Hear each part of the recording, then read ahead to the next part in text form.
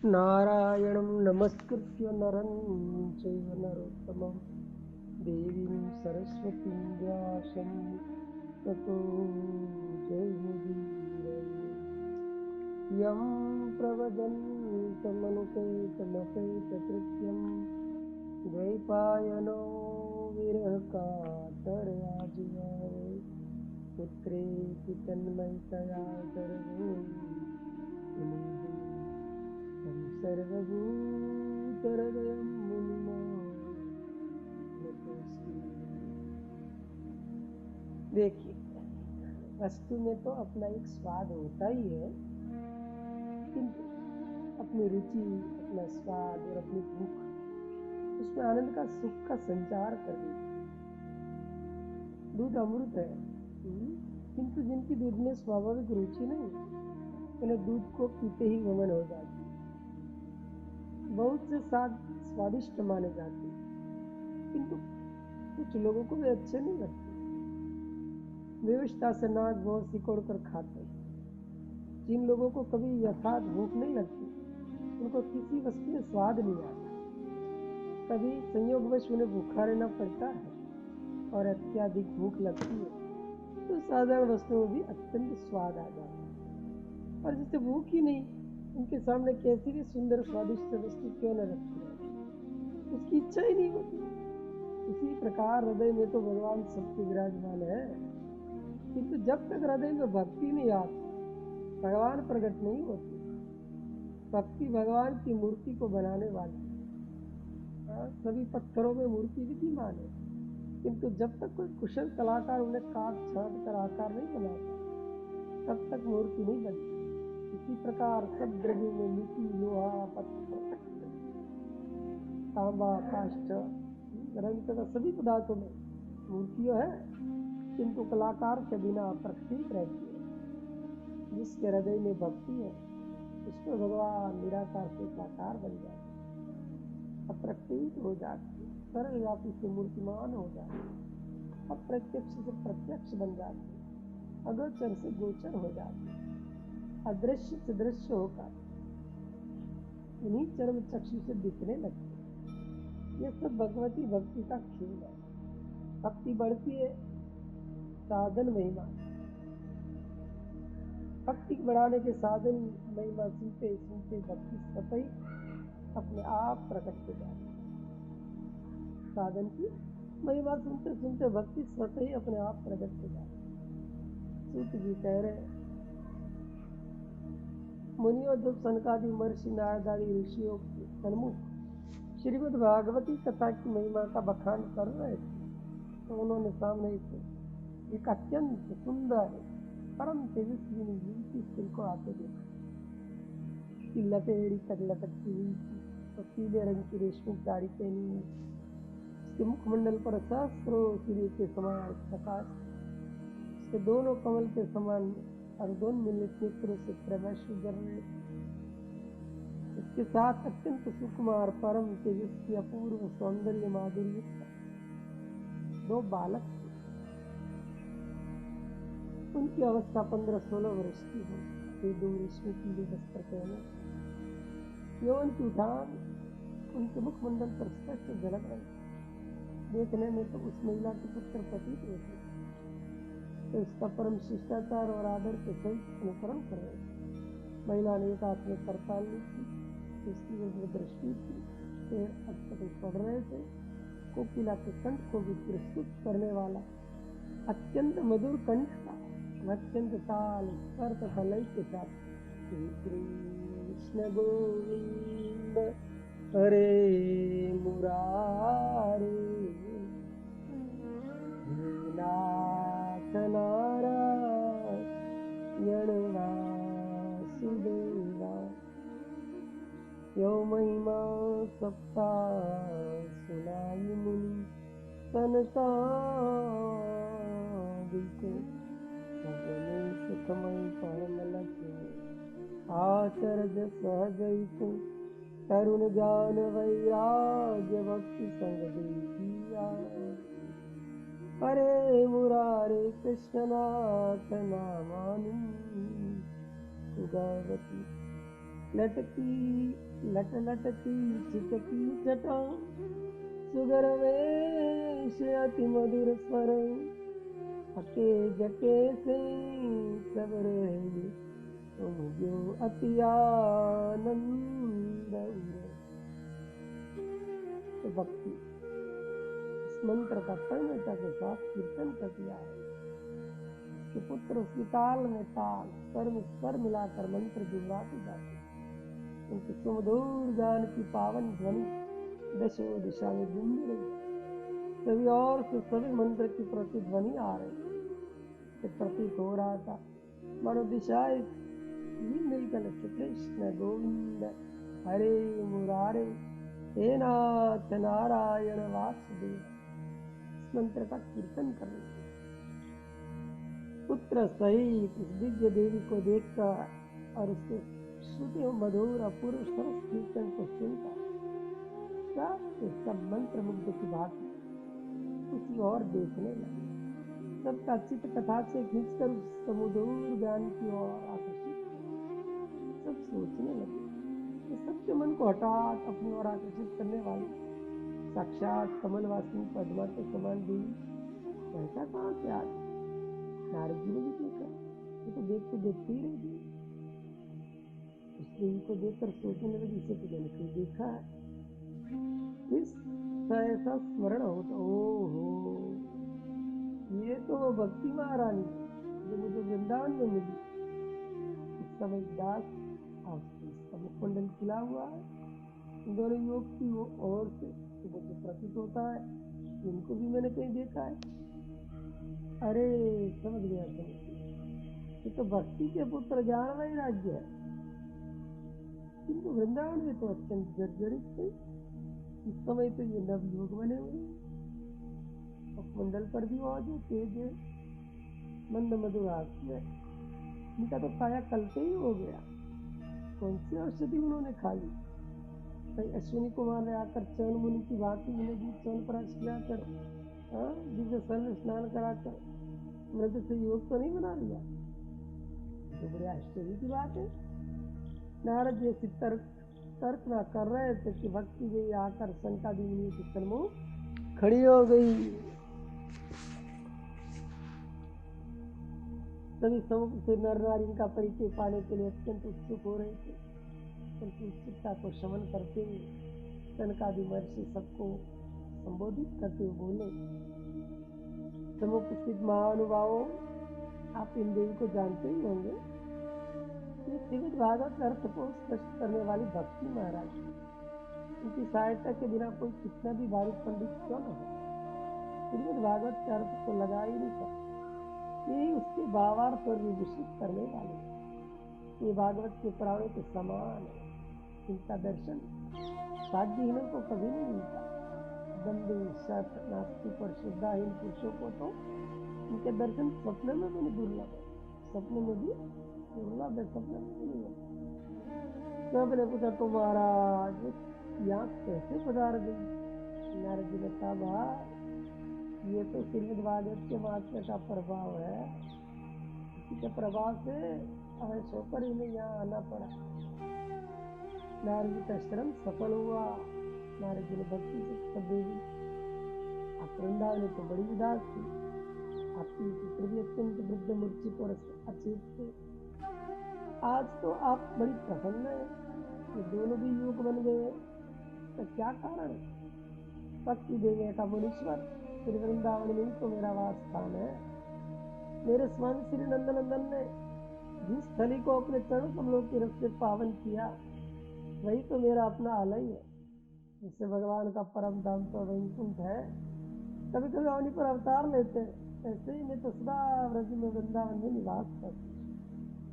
द्रविड़ देश में मैंने अवतार ले लिया, कर्नाटक में बड़ी, महाराष्ट्र में भी गई, गुजरात तक आते आते तो वृद्ध बन गई। श्री वृंदावन अपने निजधाम आकर पूरा अपने यथार्थ स्वरूप में आ गई। किंतु मेरे ये पुत्र ज्ञान वैराग्य वहां बूढ़े हो गए, इनका किसी ने वहां सम्मान नहीं किया। मुनियों, आप स्वयं सोचो, माता को कोई सम्मान करे, उसके पुत्रों का तिरस्कार करे, तो क्या माता प्रसन्न होगी? माता को तो प्रसन्न करने का तो यही उपाय है कि उसके पुत्र से प्यार करे, उनको खिलावे पिलावे, तब माता को संतोष होगा। और केवल पुत्र का ही मान करे और माता की उपेक्षा करे, हाँ, तो सपुत्र उस व्यक्ति से कभी प्रसन्न न होंगे। जब तक इस धराधाम पर भगवान श्याम सुंदर विराजमान थे, तब तक तो मेरे पुत्र का सर्वत्र सम्मान हुआ। भगवान के सदाम पदार्थे अगर्भ बिंदु कराल कलिकाल आ गया। मैं तो दाम के प्रभाव से जैसे तैसे बची रही, किंतु बचना क्या, मेरा आधार तो श्याम सुंदरी, इसका स्वामी ही नहीं होता, इसकी दुर्दशा होती। इसका स्वामी नहीं होता, उसकी क्या दुर्दशा होती। तो भुक्त भोग ही जानता, कली प्रभाव से नष्ट प्राय हो गई। अब आत्माओं के प्रभाव मुझे पुनः चेतना आ गई, इस नव जीवन का संचार हुआ। अब आप लोग मुझे आज्ञा दे, मैं कहाँ निवास करूं। तो पहले तो भगवान श्री वृंदावन धाम में विराजमान थे, मैं भी वह यमुना पुलिन में कमनी कुंज में नृत्य किया करती थी, किंतु अब वह बात नहीं है। भगवान कहीं चले नहीं गए, अब भी वृंदावन में ही है, किंतु गुप्त अप्रकट रूप से। मैं भी एक रूप से वहां भी गुप्त वास करूंगी, किंतु आपने बताया प्रकट रूप से तो भगवान श्रीमद् भागवत में आकर रहने लगे। समस्त तेज भागवत में आ गया, तो मेरे लिए क्या आज्ञा, मैं भी भागवत में ही घुस कर रहूं। नारद जी ने कही तो बात मेरे बड़े भाई सनत कुमार से पूछो, मेरे आचार्य गुरु और शिक्षक यही है। बस ये सुनकर कुमार की ओर देखने लगी, जिज्ञासा को समझकर कुमार उनका दीदी, हम आपको रहने के स्थान बताते हैं। भागवत में तो भगवान विराजमान है ही, रसा स्वादन पृथक को एकत्व करने में होता है। अब तुम किसी एक के यहाँ न रहता, समस्त भगवत भक्तों के हृदय में निवास करो। अब तुम देश काल वर्ण जाति परिधि को छोड़ दो, भक्त कहीं का भी क्यों न हो, किसी वर्ण जाति तक क्यों न हो, किसी काल में भक्ति क्यों न करता हो, तुम उसके ही मन मंदिर में जाकर रहो। तुम्हारे आते ही से भागवती कथा की जिज्ञासा होगी, तो कथा सुनेगा। कथा रस को तुम गाढ़ा करके कि प्रभु की पावन प्रतिमा बनाकर मन मंदिर में स्थापित करोगी, तो समस्त भक्तों को अंतकरण तुम्हारे सानिध्य से जगमग जगमग जगमग करने लगे। तुम्हारे निवास से उनका हृदय आनंद से जगमग उठे, क्योंकि भागवत का अर्थ तो आपके द्वारा ही प्रकाशित होता है। अब संसार के समस्त रोगों को हरने वाली और प्रभु को प्रकाशित करने वाली है। भक्ति के हृदय में तुम सदा सुरक्षित, भक्तों के हृदय में तुम सदा सुरक्षित रहो, वहाँ तुम्हारा कोई कुछ नहीं बिगाड़े। अतः देह धारण करके तो उसी निरापद स्थान में निवास करो। भक्ति ने कहा, कलिकाल तो अपना प्रभाव डालेगा ही, मुझे वहाँ भी पीड़ा तो पहुंचेगा ही। कुमारों ने दृढ़ता के साथ कलिदास भले ही संसार पर अपना प्रभाव डालने में समर्थ हो, सदोषता है कितना भी प्रबल क्यों ना हो, किंतु वहाँ तुम्हारी ओर कोई आंख उठाकर भी नहीं देख सकता।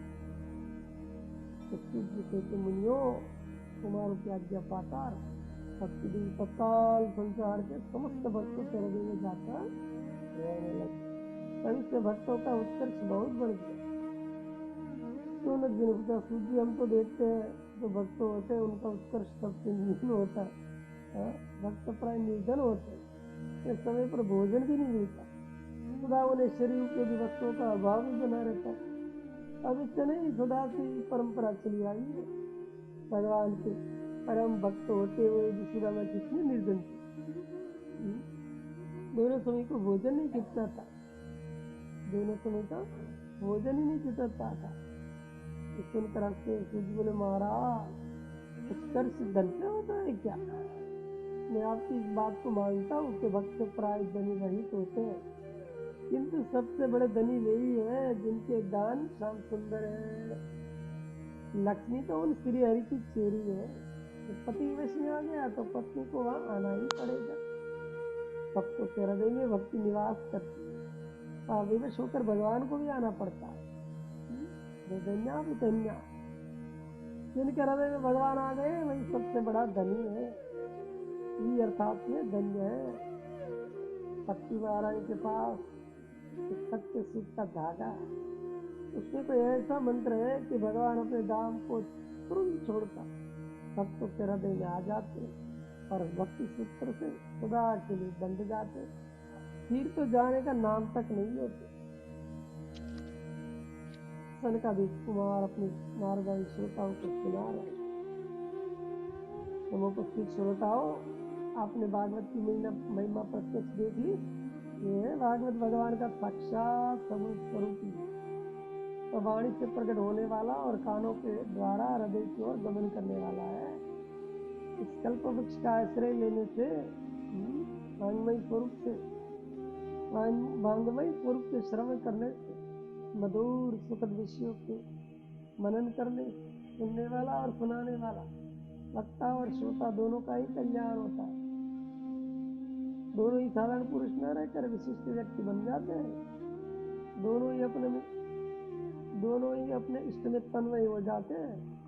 दोनों का ही श्री कृष्ण की पूर्णता प्राप्त हो जाती है। अतः सूत्र सुलभ सर्वोपयोगी साधन को छोड़कर अन्य काया क्लेश पहुंचाने वाले साधनों में श्रम करना समय को व्यर्थ नष्ट करना ही है। सूत जी के मुनियों, वहाँ कथा सुनने को तो सब भक्त आए थे। सनकादिकों और आज्ञा पाकर जब अनेक रूप रखकर भक्ति सत्य हृदय में बैठ गई तो फिर भगवान अपने लोक में स्थिति कैसे सकते हैं। भक्ति का आते ही भगवान वहीं को छोड़कर वहां आ गए। मुनि ने वचन सुन तुरंत भक्ति में अपनाई, कि नहीं मैं बसी अमल लौकिक आबाई। भक्ति सूत्र मह बंधता बर बस प्रभु आए, मोर मुकुट पट पी चलग गन तन निज छाए।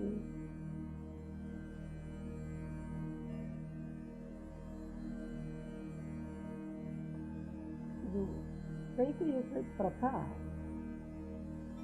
कि विवाह के दिन लड़की के मुख में एक सुपारी डालती, 8 पर वह उनके मुंह में पड़ी रहती। विवाह होने पर वह सुपारी निकालकर पकड़कर पानी में रखकर दूल्हा को खिलाई जाती, तो सदा वह अपनी दुल्हन के वश में बना। कई वर को वश में करने को दूसरे मंत्र तंत्र को उठा किए जाते। वधु पक्ष के लोगों की कामना रहती है कि दूल्हा अपनी बहू की बात माने, उसका आदर करे, उसकी कठपुतली बनती है। किंतु वर पक्ष चाहते कि लड़का अपनी स्त्री के ऊपर शासन करे, डराए, धमकाए, बात न माने। तो ऐसा नहीं करते, स्त्री की हाँ में हाँ मिलाते रहते, वो जहाँ जाती है उसके पीछे लगे रहते। तो उन्हें लोग लुगाई का पिछलग्गू कहते हैं। स्त्री जीत कहकर और लोक के और शास्त्र में भी बड़ी हंसी उड़ाई गई है। शास्त्र में तो यहाँ तक कहा है जो स्त्री जी को इस श्राद्ध में भोजन नहीं कराना चाहिए। सदा स्त्री के वश में रहने वाले की शास्त्रों में निंदा की है। शास्त्रों ने भले ही निंदा की है, किंतु ये प्रथा है बहुत पुरानी। राजा और ऋषि मुनि की बात जाने दी, हमारे पुरातन पुरुष को शिक्षा कुछ कम तो लक्ष्मी जी की बात भले ही टाल देते हैं।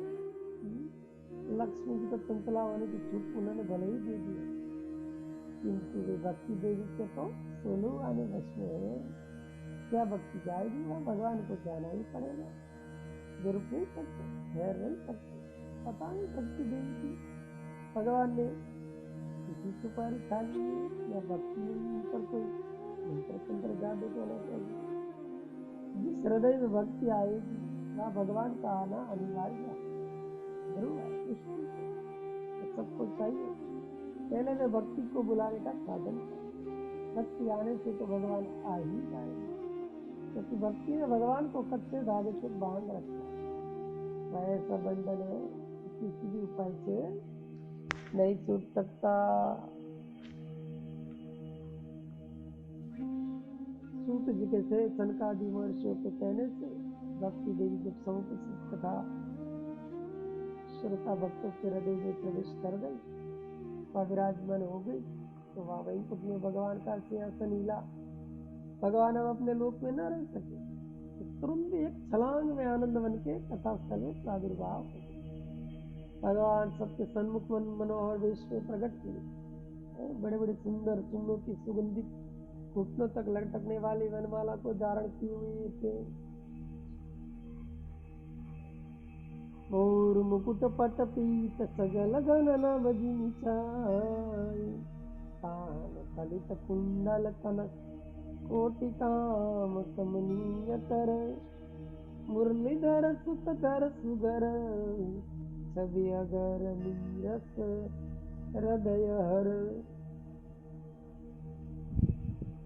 इसका श्रीअंग जल भरे मेघ के समान, खुली हुई अलसी के खेत के समान, स्वच्छ नीले आकाश के समान, मयूरकंठ के समान श्याम वर्ण, तपवे स्वर्ण की कांति के समान जलमलता हुआ, अत्यंत सूक्ष्म रेशमी पीताम्बर पहने, कटे प्रदेश में स्वर्णमयी कमनीय करदनी की लड़ियों से मंडित थे, के मस्तक पर मनोहर मनोज्ञ मोर मुकुट धारण किए, कानों में कनक के कमरा के कुंडल, इधर त्रिवल्ली से शुभित विशाल वक्ष स्थल पर कांतिमय कौस्तुभ बड़े अलंकृत, करोड़ों कामदेव की कांति को उत्सित और तिरस्कार करने वाला उनका चैतन्य घन आनंद रस से परिपूर्ण विग्रह, वह मलय देवी के अति सुगंधित अत्यंत शोभायुक्त चंदन से चर्चित मधुर मधुर मुरली बजा रहे,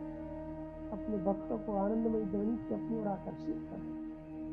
वे भक्ति के आकर्षित तथा व्याकुल हुए अवलिंबाए और सब हृदय में भक्ति को विराजमान देख रहे यदि अपनी कथा सुनने को समुचित प्रतीत होती, उनके साथ कथा सुनने के लिए भी उनके प्रिय पार्षद उद्धवादी वैष्णव भक्त भी गुप्त रूप से आए। भगवान का आते उनकी जय जयकार से दसों दिशा गूंजने, कोई शंख भेरी प्रणव आदि बजाने, कोई सुंदर सुगंधित सुमन बरसाते, अबीर गुलाल उड़ाते, कोई बरसाते भगवान के सुमधुर नाम को गाते, कोई पलक पावड़े बिछाते, तो कोई अपने अलौकिक भक्ति भाव दर्शाते। इस प्रकार भगवान के पदार्थ ही सर्वत्र आनंद का सागर उमड़ने लगा। वत्सल भगवान विराजे भक्ति बड़ो अधिक अनुराग, प्रेम राधा प्रियतम।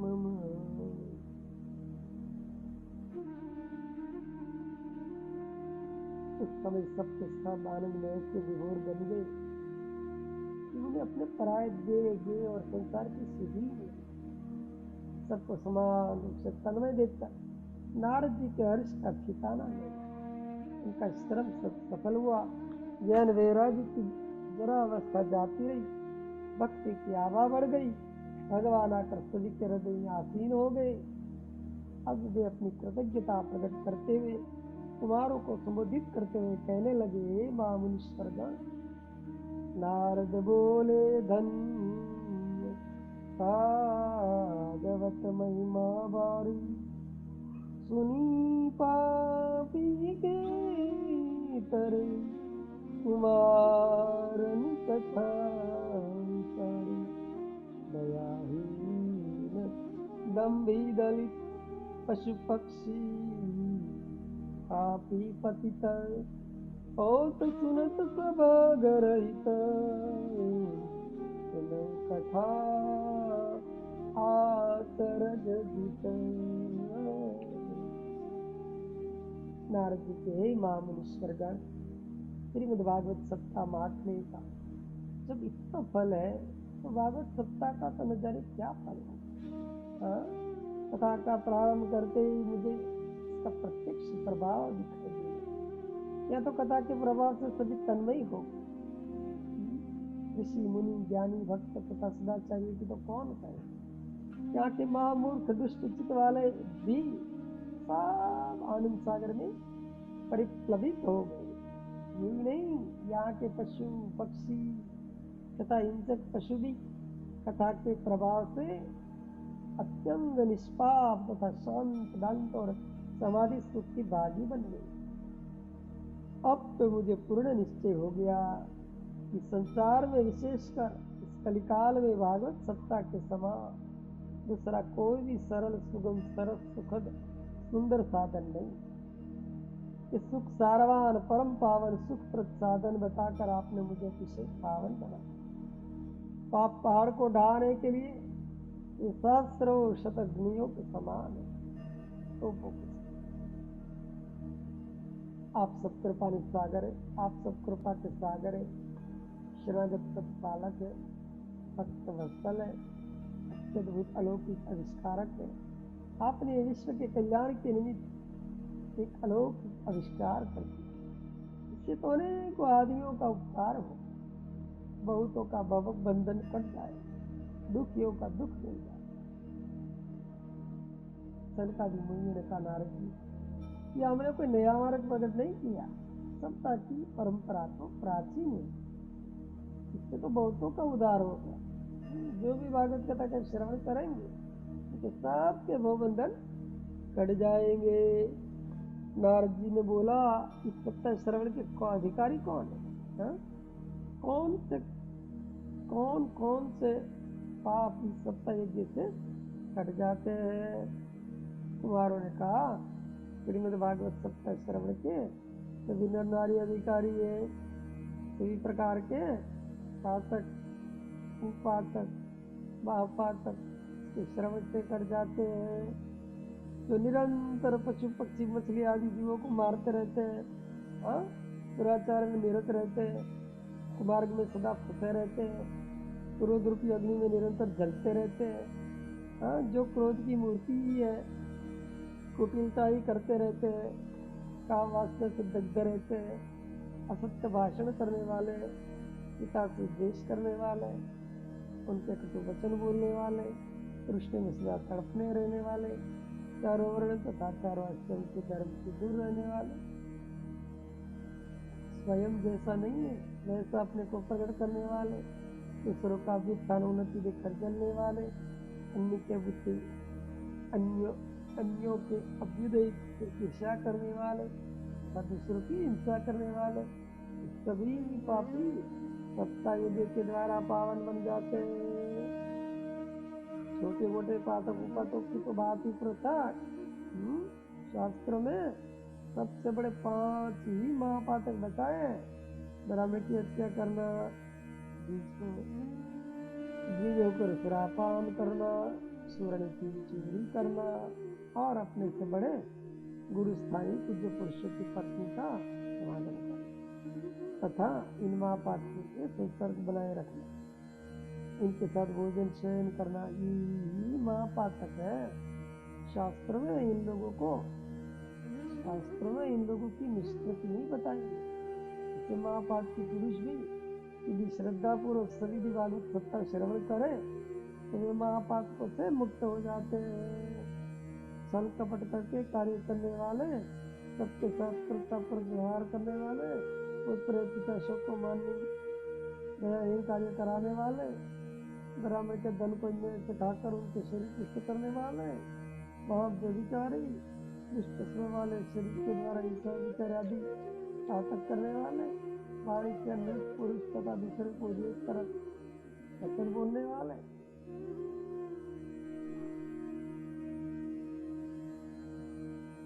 मन से सदा दूसरों का शुभ चिंतन करने वाले तथा मनसा वाचा कर्मणा पूर्वक पाप करने वाले, सदा धर्म पूर्वक दूसरों का इधर से फल का परिपुष्ट होने वाले, मलिन मन वाले ने खोटे विचार वाले दुष्ट पुरुष भी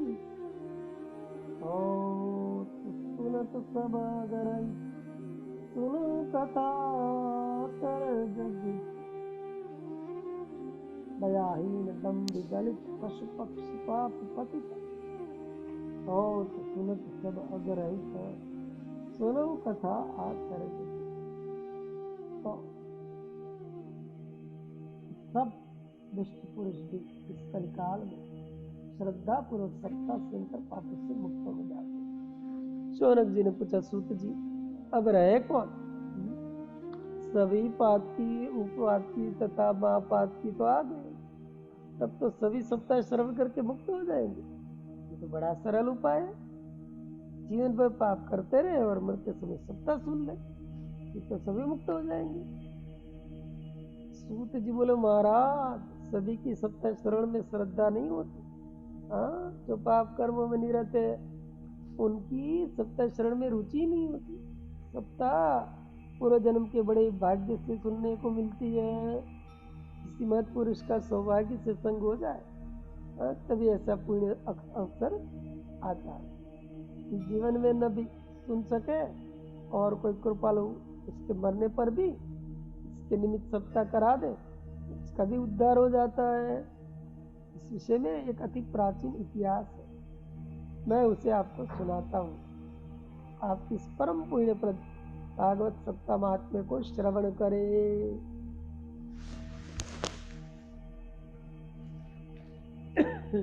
देखिए,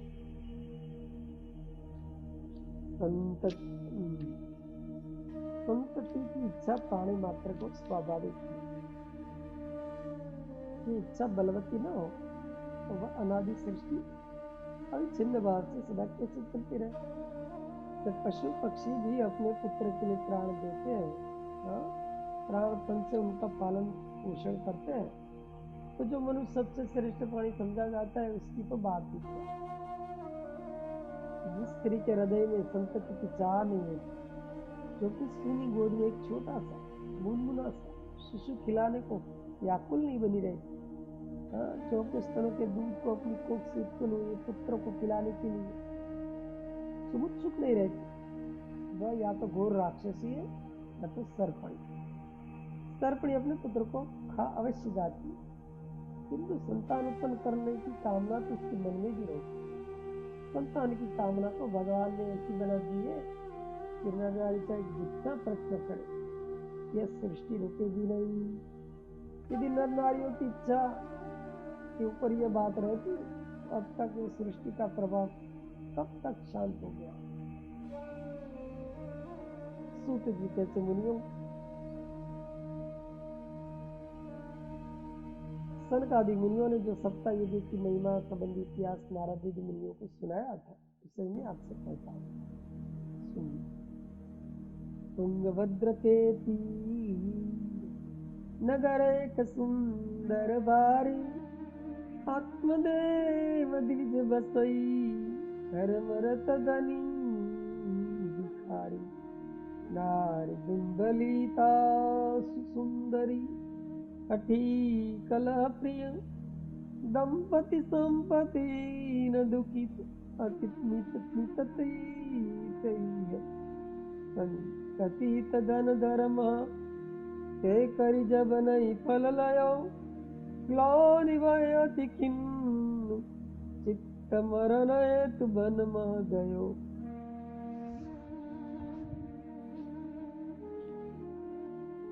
संतति सूत जी कहते हैं, दक्षिण देश में एक तुंगभद्रा नाम की नदी है। तुंग और भद्रा दो प्रकट नदियां, दोनों जब मिल जाती है तो तुंगभद्रा कहलाती है। तुंगभद्रा के तट पर एक अत्यंत सुंदरी रमणी नगर था। नगर बड़ा था, चारों वर्ण के लोग उसके सुखपूर्वक निवास करते थे। इसी नगर में एक आत्मदेव नाम का ब्राह्मण रहता। वह कर्मकांडी ब्राह्मण, श्रौत स्मार्त सभी कर्म में कुशल, तेजस्वी था, साथ ही वेदों का ज्ञाता। ब्राह्मण होकर भी वह धनी था। धन वृद्धि के दो उपाय है, या तो व्यापार या तो भिक्षा। वह ब्राह्मण भिक्षावृत्ति से जीवन निर्वाह करता है। शौनक जी ने व्यापार से धनी होना तो युक्ति युक्त भी है, भिक्षावृत्ति से मनुष्य धनी कैसे हो? हंसकर सूर्य बोले, महाराज व्यापार की कोई सीमा भी है? व्यापार में तो कभी हानि भी हो जाती, भिक्षा में तो लाभ ही लाभ है। कर घर से अन्न के कण को मांगने का नाम ही भिक्षा नहीं है। दूसरों के धन को उनकी इच्छा से मांग कर ले आने वाली सभी वृत्ति भिक्षावृत्ति है। उसमें भी युक्ति चाहिए। कोई यज्ञ के नाम के मांग कर लाते हैं। कोई पाठशाला, गौशाला, धर्मशाला, शाला, औषधिशाला, न जाने किन किन शालाओं के नाम से धन लाते हैं। जितनी बड़ी बड़ी संस्थाओं के लोग इधर से उधर ठाट बाट से घूमते हैं ना, 3 लाख रुपया का चकनाचूर करते हैं, तो सब भिक्षावृत्ति से ही कमाते हैं। ये तो पुरोहित की इतनी बड़ी बड़ी कोठिया भिक्षा से ही तो बनती है। ये जितने मठ मंदिर आश्रम चलते हैं, भिक्षा के सहारे से तो चलते हैं। दूर की बात छोड़ दीजिए, साधारण गृहस्थी के लिए तो 10 आदमी को खिलाना कठिन हो जाता है। दिन भर व्यापार में लगे रहते। आप कौन सा व्यापार वाणिज्य करते? 1 लाखों को भोजन होता है, आपको निधन कौन कहेगा? ये सत्य है कि आप किसी के घर भिक्षा मांगने नहीं जाते, किंतु आपके तप के प्रभाव से बैठे ही बैठे भिक्षा मांगे, बैठे बैठे बिना मांगे अयाचित भिक्षा आ जाती। आपकी वृत्ति भिक्षा ही तो कही जाएगी। ऐसा ही आत्मदेव ब्राह्मण भिक्षावृत्ति वाला विप्र था। सोनक जी बोले हाँ सुन ली, अब आगे की कथा कही। सूत जी बोले हाँ महाराज जी, आपका राम जी भला करे।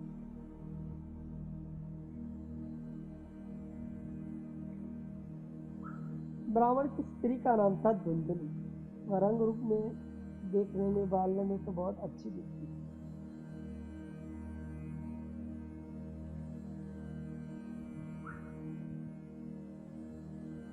उसका कुल भी उत्तम था, किंतु उसमें एक बड़ा दोष था। वह अपनी हट की बड़ी पकड़। जिस बात की हट पकड़ लेती, जो चाहे ब्रह्मा जी भी क्यों ना आता, वह उससे हटने वाली नहीं। बातें बनाने में बड़ी विदुषी। जब तक 4 घर में जाकर लड़ाई झगड़ा न कराए, तब तक उसे भोजन ही नहीं पचता। इसके घर गई, बात बनाने लगी तो बनाते ही नहीं। किसी को एक छड़ाम देना नहीं, इससे सीधा बोलना नहीं, जो भी सामने पड़ जाए इससे उलझ जाए। ब्राह्मण को उनका स्वभाव अच्छा नहीं लगता, किंतु करे भी तो क्या करे? धर्म का बंधन था, परलोक का भय था। एक काट का जुआ बैठा ले, तब चाहो कंधे से उतार कर फेंक दे। अग्नि को साक्षी देकर ब्राह्मण के सन्मुख धर्म को उससे विवाह किया। धर्म से वह ब्राह्मण की अर्धांगिनी अपने प्रेम में खुजली हो जाए या अर्धांग हो जाए तो आदेश को कोई काटकर फेंक नहीं देता। भाग्यवश जैसी भी पत्नी मिल जाए, उसी के संग जीवन भर निभाना है। ये पुरुष का तो जीवन मरण का संबंध है। इसके ब्राह्मण इसके किसी काम में हस्तक्षेप देता, इसकी हाँ में हाँ मिलाता। इसके वग्रह कला तो बच्चे थे, लड़ाई तो तभी होती है, कुछ कहे, कुछ कहे। तो एक ने अपनी इच्छा दूसरे पर छोड़ दी, तो एक हाथ से ताली थोड़ी बच सकती है। स्त्री दिन को रात कह दे तो ब्राह्मण उसे तारा बताने लगे, रात को दिन कह दे तो आप दूसरी दिखाने लगे। तो ऐसी दिशा में कलह का तो कारण ही नहीं। ऐसी धुंधली घर के कार्यों में बड़ी प्रवीण, रोटी बड़ी सुंदर बनाती, दाल भात साग सभी सुंदर स्वादिष्ट बनाती, बर्तन स्वयं मलती और उन्हें से चमका कर झाड़ पहुँच कर रखती तो मन प्रसन्न हो जाए। घर को झाड़ बाहर को स्वच्छ रखती। सारांश ये है कि घर के कार्य में प्रमाद न करें। घर के कामों को करके तब लड़ाकू स्त्रियों से लड़ने जाते। लड़ते समय पानी की जारी पास में रखी पानी पीती चल रही। ब्राह्मण के पास धन की कोई कभी नहीं, स्त्री भी सुंदर थी, पति सेवा कला भी नहीं करती। ब्राह्मण की सब सुविधा को ध्यान रखती,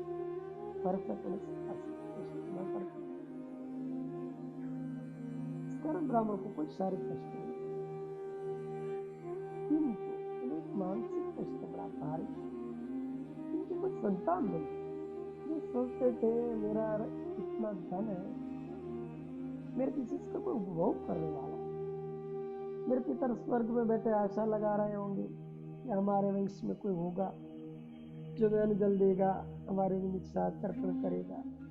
जब तक मैं हूँ पितरों का पिंडदान करता हूँ, जल देता हूँ, मेरे पीछे वे बिना अन्न जल के रह जाए। वंश में कोई न रहने से वे नरकों में धकेल दिए। इसलिए जैसे तैसे पुत्री या पुत्र कोई भी हो जाए तो हम अपुत्री तो न कहावे, पितरों को नरक तो न भोगना पड़े, इसलिए मैं यथासाध्य प्रयत्न करूंगा। ये सोचकर वे ज्योतिष तथा वैद्य ब्राह्मणों से पूछने लगे। किसी ने कहा दिन दुखियों को भोजन कराओ, इनके हृदय से आशीर्वाद, आपकी संतान हो जाएगी। किसी ने कहा गोदान करो, किसी ने कहा धनदान करो, स्वर्ण दान करो, वस्त्र दान करो, पृथ्वी दान करो। इसने जो बताया ब्राह्मण ने वही दान किया, किंतु इससे संतति नहीं हुई। दान करते करते आधा धन समाप्त हो, किंतु संतान के कोई लक्षण ही नहीं। इसे भारी निराशा। उन्होंने सोचा जब संतान ही नहीं तब जैसा ही घर वैसा ही मन। घर की शोभा तो बच्चों से है। जिस घर में हंसती हुई किलकारियां मारती हुई छोटे छोटे बच्चे नहीं है, रुंझुन रुंझुन करती न जाती हुई मुस्कुराती हुई बहुएं नहीं, उस घर में और शमशान में अंतर ही क्या। इसलिए या तो वन में चलकर संतान के लिए घोर तप करूंगा या आत्महत्या करके इस शरीर को छोड़ दूंगा। ऐसा निश्चय करके वे ब्राह्मण बिना अपनी घरवाली से कहे वन की ओर चल दिए। ग्रीष्मकाल प्रातःकाली सवेरे घर से निकले, चलते ही गए, आगे बढ़ते ही गए। भगवान भगवान भास्कर अपनी पसंद तीरों के प्राणियों को सर्प करती तीर के ऊपर आए। कभी तो चलने का अभ्यास नहीं, सुकुमार शरीर था, तो चलते चलते थक गए।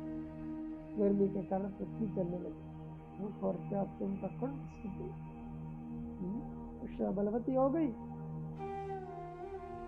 सन्मुख एक सुंदर स्वच्छ मनुष्यों के मन के समान निर्मल जल वाला सरोवर दिखाई।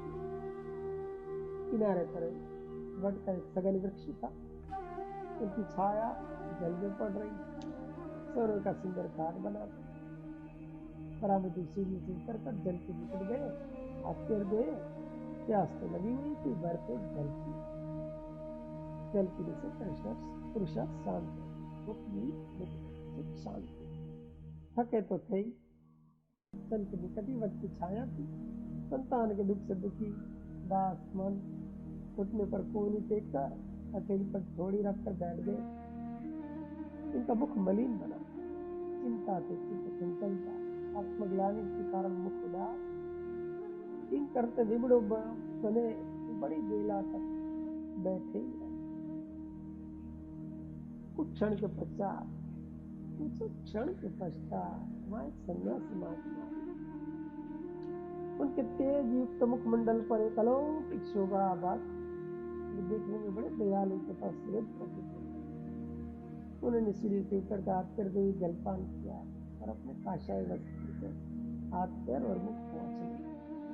इसी समय ब्राह्मण ने उठकर उनके चरणों में प्रणाम किया, मस्तक पर चढ़ा और एक विषाद मिश्रित दीर्घ निश्वास छोड़कर फिर नीचा करके महात्मा के सन्मुख दास मन खड़े।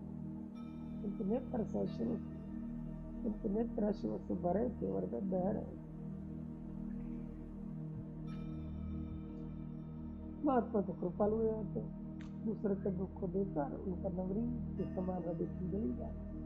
ब्राह्मण को दुखी देखकर अत्यंत मधुर वाणी में महात्मा ने पूछा, सौम्य तुम इतने दुखी क्यों, तुम्हारी आंख में आंसू क्यों, तुम क्यों रो रहे हो? रोते रहते ब्राह्मण ने कहा, भगवान मैं अपने भाग्य के लिए रो रहा। शांत ना देते हुए सन्यासी बोले, बात तो बताओ, अपने दुख का कारण तो बताओ, उससे अब न लजाओ, जो तुम्हें चिंता हो उससे अवलंब सुनाओ, यथा शक्ति में तुम्हारे दुख दूर करने का यत्न करूंगा।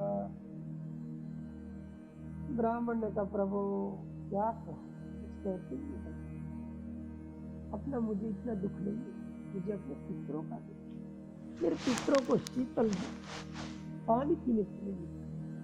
सन्यासी ने कहा, तुम पहले से कह रहे हो, स्पष्ट बात करो।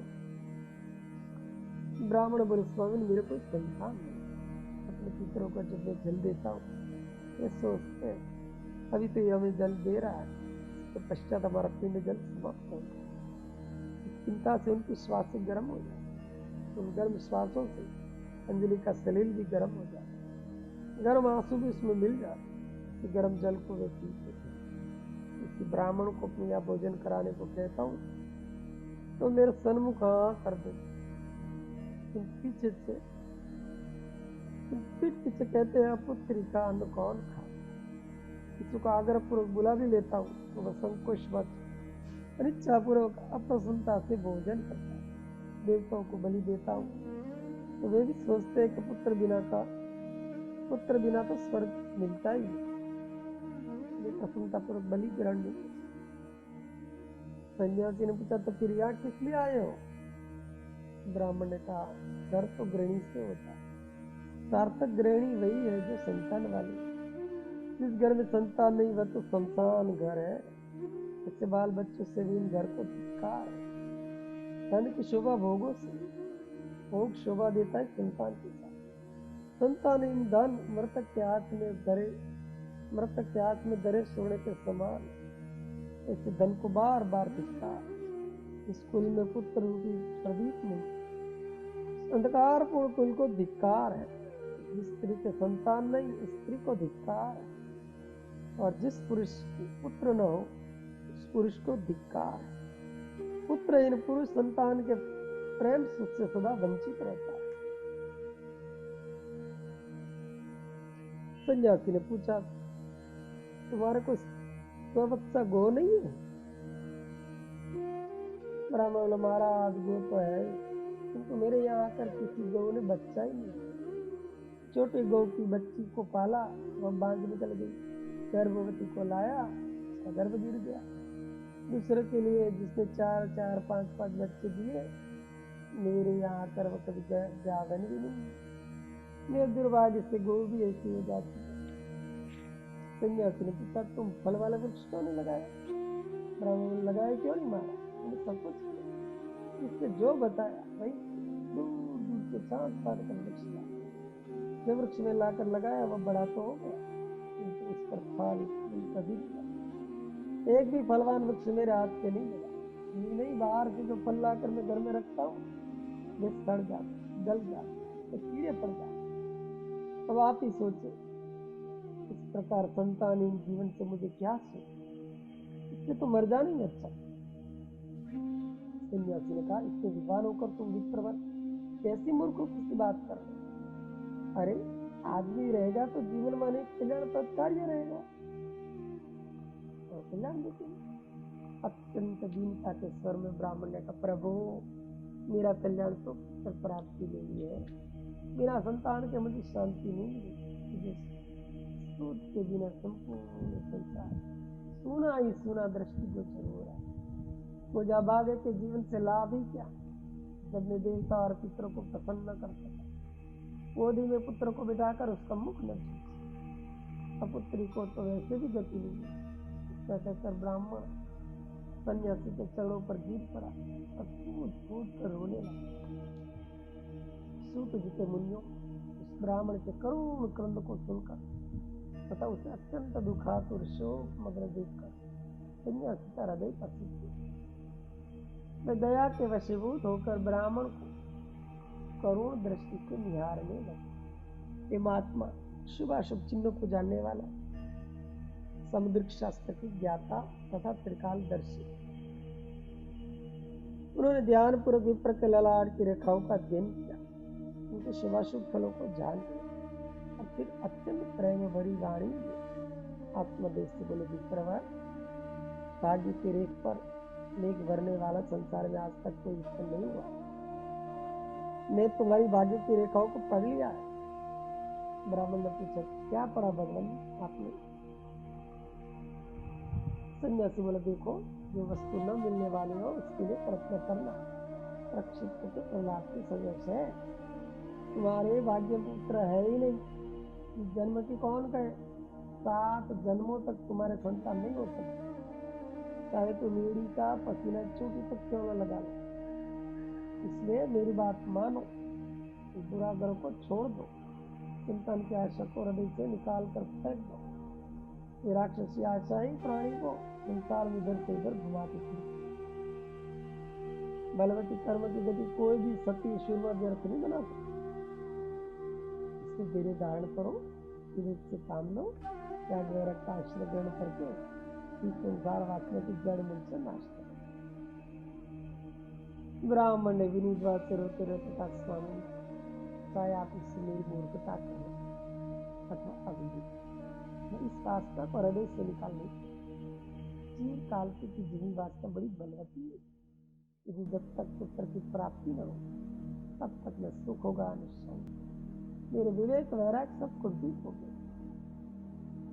तब सुखी हस्ती हुए सन्यासी ने कहा, सोते को तो जगाया ही जाता है, किंतु जो जागता हुआ अभी सोने का अभिनय कर रहा है तो कोई कैसे जगाए।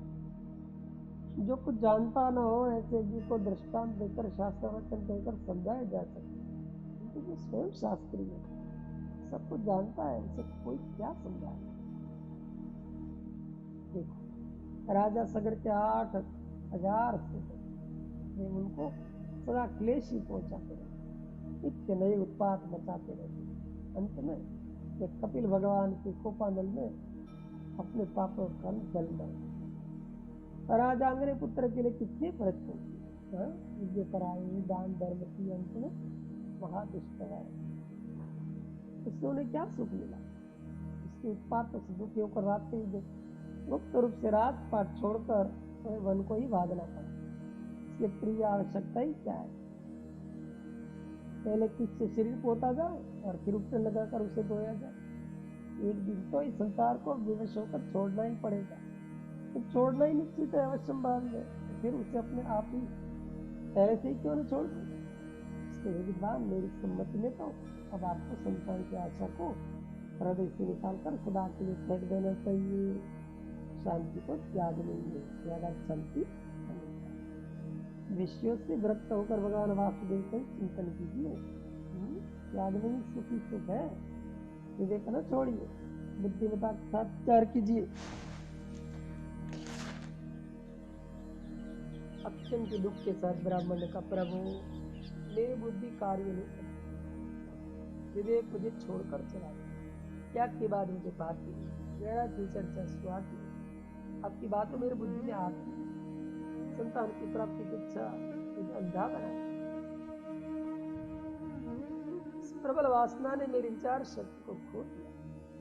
मुझे तो पुत्र चाहिए, पुत्र मेरे भाग्य में भी न हो तो आपको भाग्य को बदलना पड़ेगा।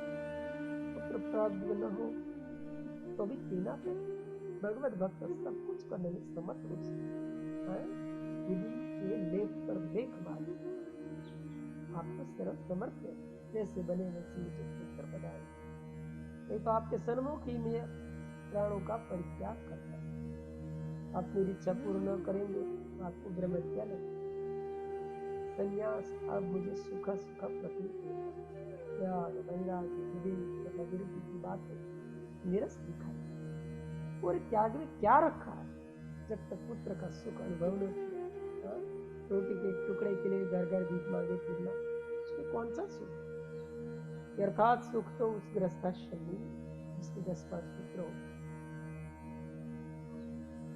10-5 पुत्र हो के भी बहुत से पुत्र सब आकर बाबा बाबा कहकर निपट जाए। बहु नित्य नई स्वादिष्ट वस्तु बना रही, घर भरा पूरा दिखाई दी, चारों ओर सरसता छाई। मुझे तो संसार में यही सर्वश्रेष्ठ सुख प्रतीत होता है। आपसे जैसे बने तैसे मुझे संतान, आप तो जैसे बने तैसे मुझे संतान दीजिए। सन्यासी गंभीरता के साथ बोला, तुम दुराग्रह कर रहे हो, पुत्र की लालसा में तुम्हारे विवेक को खो दिया। मैंने तुम्हें बार बार बताया कि विधाता के विधान को विकृत बनाने की सामर्थ्य किसी में भी नहीं। राजा चित्रकेतु ने महर्षि अंगिरा को ऐसे याद रखिया, ऋषि ने अपने तपोवत से पुत्र दिया, उस पुत्र से उसे कितना कष्ट उठाया। इसी प्रकार तुम्हें भी अपनी हट के लिए पछताना पड़ेगा। पुत्र सुख तुम्हारे भाग्य में नहीं है। पुत्र तुम्हें जैसे तैसे भी मिल जाए तो उससे तुम्हें सुख ना होगा। ब्राह्मण का चाहे मुझे उससे सुख भी न मिले, चाहे मुझे उससे कुछ भी सुख न मिले, चाहे वो मुझे नित्य उठकर 100 जूते क्यों न मारे, मुझे पुत्र दीजिए, मैं अपुत्री होकर मरना नहीं चाहता। इस सुनकर महात्मा ने कुछ काल ध्यान किया, फिर अपनी चोली में से फल निकाल कर देती हुए कहा, अच्छी बात, जब तुम्हारा पुत्र के लिए बहुत हट है तो मैं तुम्हें पुत्र देता हूँ। ये मेरे मंत्रों से अभिमंत्रित फल है, इसे अपनी पत्नी को जाकर देना है। यदि वह इसे खा लेगी तो निश्चय ही उसको पुत्र होगा। इस फल का प्रभाव अमोघ है, तो कभी व्यर्थ नहीं जा सकता। ब्राह्मण ने बड़ी श्रद्धा से महात्मा हाथ से फल ले लिया। स्पर्श का ठिकाना नहीं रहा, उनके रोम रोम हिल उठे।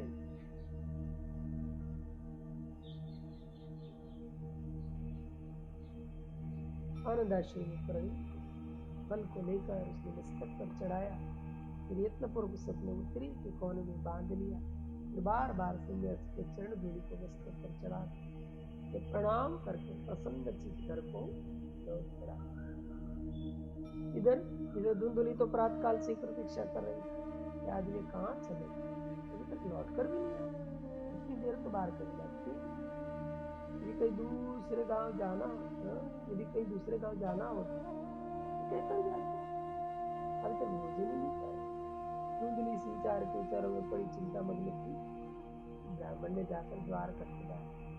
धुंधली ने दौड़ कर किवाड़ प्रेम मिश्रित रोष में बोली, आज प्रातः काल से कहाँ चले गए, सब भोजन ठंडा हो गया, कहीं जाना हो तो कहकर जाना चाहिए, कब से मैं चौका में घिरी बैठी हूँ।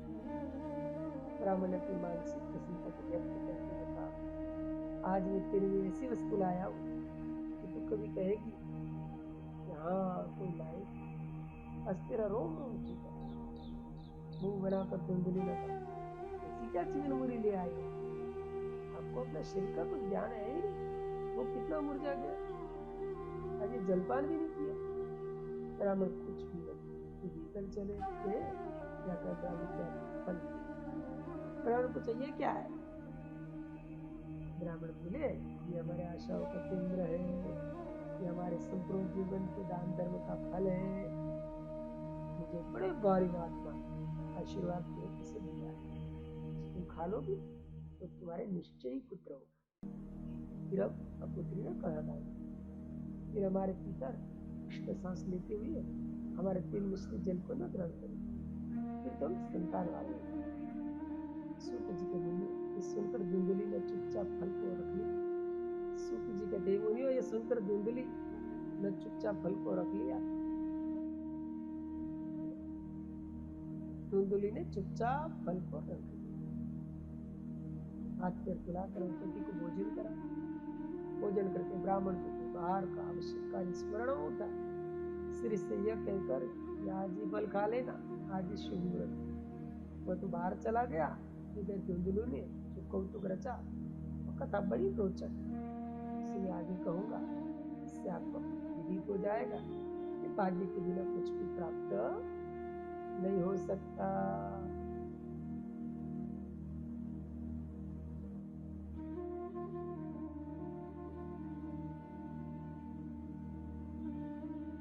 भूलेंगे फलदार हर्ष जाए खाएगी तो निश्चय पंडित परम पुत्र पान प्रिय हो जाए।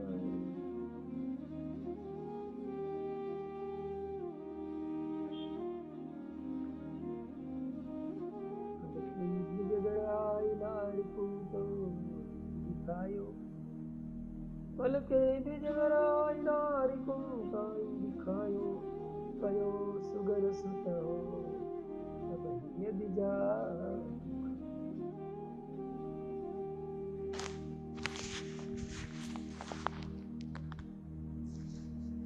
देखिए, होनहार जैसी होने को होती है ना, वैसी बुद्धि बन जाती है। मनुष्य यत्न सुख के लिए करता है और दुख आ जाता है, मरने को यत्न करता है, जीवन हाथ आ जाता है।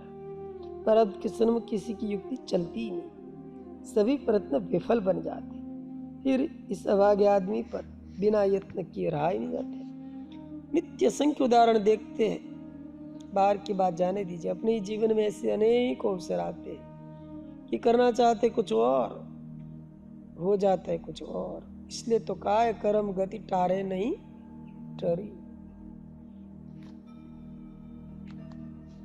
शुद्ध जी कहते मुनियों सन्यासी से फल प्राप्त करके आत्मदेव ब्राह्मण ने वह फल अपनी पत्नी को दिया और सन्यासी ने कुछ शौच सदाचार सबदी नियम संयम बताए थे, उनको भली भांति समझा दिया और स्वयं तो वही बाहर चला गया। अब तक तो धुंधली निश्चिंत बैठी थी, सबने कह दिया था तुम्हारे संतान नहीं हो सकते, इसलिए पति संतान प्राप्ति के लिए जो भी प्रयत्न करती उसमें हाँ मिलाती रही। अब जब उसे विश्वास हो गया कि सिद्ध महात्मा का दिया हुआ वो फल है, इससे संतान हो जाती है, तो मन में खलबली मची।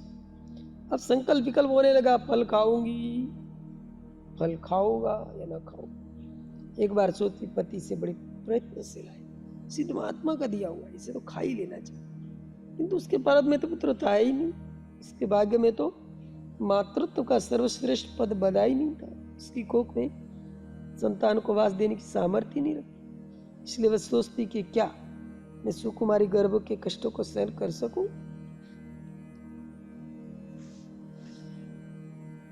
जब सोचते सोचते कुछ निर्णय न कर सकी तो उसकी एक सहेली थी, उसने उसकी दांत काटी रोटी थी, जैसे यह तो वैसी भी वह थी, जैसी वो हो तैसी महो, इनके चूल्हे न उनको तो वो मैत्री समान शिलमी होती। तो धुंधली दौड़ी दौड़ी अपनी सहेली के पास गई, उसे घबराई हुई देखकर उसकी सहेली ने कहा बहन आज तू बड़ी व्यग्र सी दिखाई देती है, तेरा चित्त चंचल है, मुख मलिन हो रहा है, इस पर उदासी की चिंता रेखा स्पष्ट उभर रही है, अपनी व्यग्रता का कारण क्या है बता। धुंधली ने कहा चल बहन तन एकांत में चले, तुझसे कुछ सम्मति करनी। ये सुनकर वह एकांत में ले गई, भीतर से किवाड़ बंद करके धुंधली ने फल उससे दिखाया और सभी वृत्तांत सुना, फिर उसकी सम्मति पूछी, तू बता मैं इसे खाऊं या नहीं। सहेली ने कहा जब तेरे पति इतने प्रयत्न से लाए तब तो मेरी सम्मति, मैं तो उसे खा ही लेना चाहिए, अच्छा है घर में एक संतान हो जाए। सुनकर धुंधली रो पड़ी और रोते रोते बोली बहन तू भी ऐसी सम्मति देती है, तू जानती नहीं मैं कितनी सुकुमारी, इस विपत्ति को कैसे सह सकूं। सखी ने कहा है बहन संतान पैदा करना तो हम नारियों का भूषण है, तो इसे विपत्ति कैसे कहती है। धुंधली ने सुनकर कहा भूषण होगा जिसके लिए होगा, मुझे तो बड़ा भय लगता है, कहीं गर्भ रह गया तो पेट फूलकर गड़े की बाती हो जाएगी, मुख की कांति पीली पड़ जाएगी, जी मिचलाने लगेगा, गर्भिणियों को कभी कभी उबकाई आती है, अन्न नहीं पचता, शरीर शिथिल हो जाता है, चलने फिरने में भी कष्ट होता है, अधिक भोजन किया नहीं जाएगा, दुर्बलता आ जाएगी। मैं अपने घर में अकेली ठहरी, मैं इस गोरख धंधे में फंसी तो घर का काम कौन करेगा। सहेली ने कहा ऐसे समय पर अपने सगे संबंधियों को बुला लेते, तेरे तो कई नंदे उनमें से एक दो को बुला लेना। हाथ नचा कर धुंधली ने कहा नंदे जैसी है तैसी मैं ही जानती हूँ, नंदे जैसी है तैसी मैं ही जानती हूँ, नंदे जहाँ घर में आई फिर घर में कोई वस्तु बचे न पावेगी, मैं सब समय उनका पहरा थोड़ा ही देती रहूं, चुपके चुपके एक एक चीज को खिसकाते खिसकाते वे अपने घरों को भर लेगी, इस घर को खाली कर देगी, तब मैं क्या करूंगी। सखी ने कहा काम काज की कौन सी बात है, नंदों को न बुला लेना हो तो कोई बुढ़िया रख लेना, रोटी पानी चौका बर्तन में कर देगी, तू अपना देखती भालती रही। धुंधली ने कहा बहन तू तो समझती ही नहीं, 100 झंझट है, उस बोझ को हर समय कहाँ लिए फिरूंगी, मान लो कभी गांव में लूटपाट मच गई या आग लग गई तो, और सब तो अपनी अपनी चीज वसूले लेकर भाग जाएंगे, मुझे तो अपना शरीर बचाना भी कठिन हो जाएगा, धन और प्राण दोनों जाएंगे। सहेली ने बोला बहन ऐसी अनिष्ट की कल्पना क्यों करती है, क्या तेरे ही अकेले के गर्भ रहेगा और क्या गर्भ नहीं रहता है क्या। धुंधली ने कहा और की तुलना तुम मुझसे क्यों कर रही, और सब उष्ट पुष्ट होती है, मैं तो दुबली पतली और सहन कर सकती, मैं तो सुकुमारी कोमलांगी और तो सहन कर सकती, मैं तो सुकुमारी कोमलांगी हूँ, औरों के यहाँ तो बहुत सी सास ननद दौरानी जिठानियाँ था और भी पुरुष है, स्त्रियाँ है। मैं अपने घर में अकेली, औरतों को इतना बड़ा घर ही नहीं, इतना धन ही नहीं, इतनी चीज वस्तु ही नहीं। बात पृथक है। मैं ये नहीं कहती हूँ कि गांव में आग लग जाए, लूटपाट मच जाए, भगवान ऐसा न करे। यदि कभी देववश ऐसा हो जाए तो मुझसे तो एक पैर भी नहीं भागा जाए। ऐसा न हो, मान लो गर्भ रह जाए पर वो पैदा ही न हो। सहेली ने कहा, कहीं ऐसा भी प्रतीत होता है? गर्भ रहने पर तो बच्चा पैदा हो ही जाता है। तो उन दूल्हे ने कहा, होता है क्यों नहीं, बहुतों को तो पेट चीर कर बच्चा निकालना चाहता है। मुझे तो चीर फाड़ का स्मरण आते ही रोमांच हो जाता है। कथा पुराणों में ऐसा सुना है कि व्यासदेव जी की पत्नी हरणी के पेट में सुखदेव जी 12 वर्ष तक रहे, आए वे निकले ही नहीं। ऐसे ही कोई पेट में जमकर बैठ गया तो मेरी मृत्यु हो जाएगी। सहेली ने कहा, ऐसा कोई नहीं जम के बैठता, वो तो दूसरी बात थी। बच्चा तो 9-10 महीने में अपने आप हो जाता है बाहर।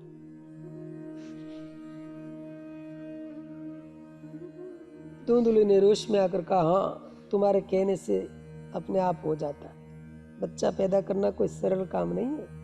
स्त्री के प्राण ही नहीं निकलते और सब दुर्गति हो जाती। कभी टेढ़ा हो जाता है तो काट काट कर बच्चा निकाला जाता है। वह कितना बेवस्त कांड है। कभी कभी गर्भ का बच्चा पेट में ही मर जाता है। यदि उसे काट कर न निकाला जाए तो उसका विष पेट में फैल जाए तो गर्भवती की मृत्यु हो जाए। गर्भाशय में अश्मरी या दूसरा कोई रोग हो जाए तो प्राणों के लाले पड़ जाए। मान लो जैसे तैसे गर्भ सुरक्षित भी रह जाए, कोई विघ्न बाधा भी न हो, प्रसव काल में जो वेदना होती है उसे स्त्री ही सहन कर सकती। अत्यंत संकोच स्थान से इतना बड़ा शरीर निकलता है। हाँ, स्त्री जीवित रह जाती है, यही बड़ा आश्चर्य है।